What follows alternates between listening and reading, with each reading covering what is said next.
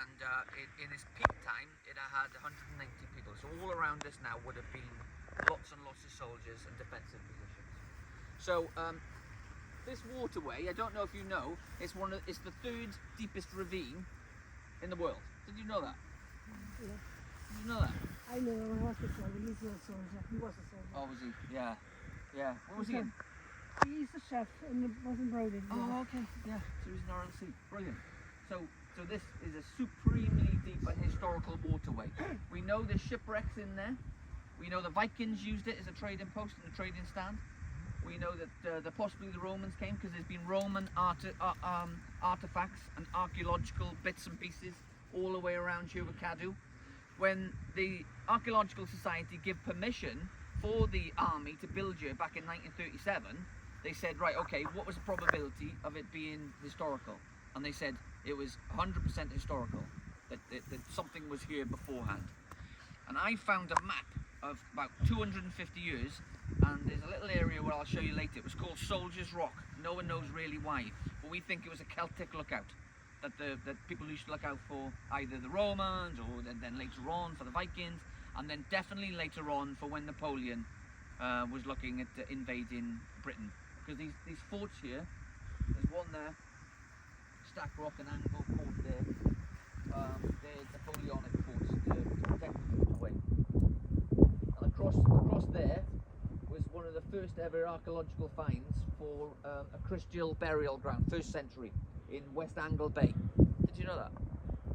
No. Yeah, so West Angle Bay, as you go out, there's a field to the left, and there was a huge archaeological dig. You just got to see it there. And that's where they found the first ever, like definitely for Pembrokeshire, of Christian burial ground.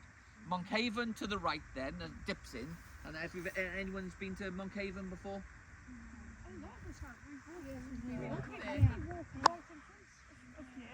Doing a bit of a loop. That's right, yeah. Yeah. It's the one with the brick arch. Yeah. As you go onto Yeah, and you feel like it's a framework. It's a medieval garden, that is. Okay. Oh wow. So that was a medieval garden, and we know that was the stop for pilgrimage. So if you landed from abroad and you landed at Monkhaven, and you went through the monks, and then they guided you then all the way to St David's. Because if you went to St David's Cathedral twice, it was like going to Rome as a pilgrimage. So that was the holy route, basically. In 1937, about 2 fields down, they found a mass grave of monks, and all the monks were quite large. Really, they were giants. They were saying they were giants for the age. Because most Welshmen were like 5'4", 5'6", and these ones were definitely over 6 foot. So there's a graveyard of them found there. There's also been Viking finds all the way along this coastline, where they used to come in and watch the areas before they started to attack St David's Cathedral or any villages. So it's got a lot of history around here. And when this was built, there was a couple of finds from prehistoric times as well.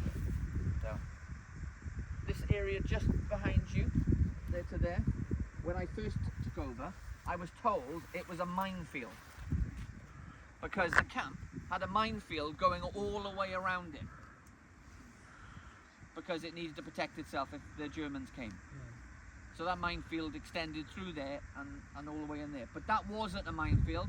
But when the British military left, the MOD left in 1945, they literally just left everything. And there were stories of them with the munitions and everything, just chucking it over the side, leaving it go in different areas. And all the way along the coastline, there's lots of defensive positions all the way along. You can see Dale Fort there to the left, and there's a lookout point there right on the edge, look. Don't know if you can see. And there's another one just cut into the ground over there. So, you know, the amount of defence this place had and the airfields around it was quite extensive. Yeah. There was lots and lots of troops around here in 1938 to 1945. But literally they left, and they just went off, and then just overgrown. They had a bulldozer, and there's 2 big mounds, which I'll show you, where they had all the billets, and they just loaded it up. It's full of artifacts. Okay, come on in.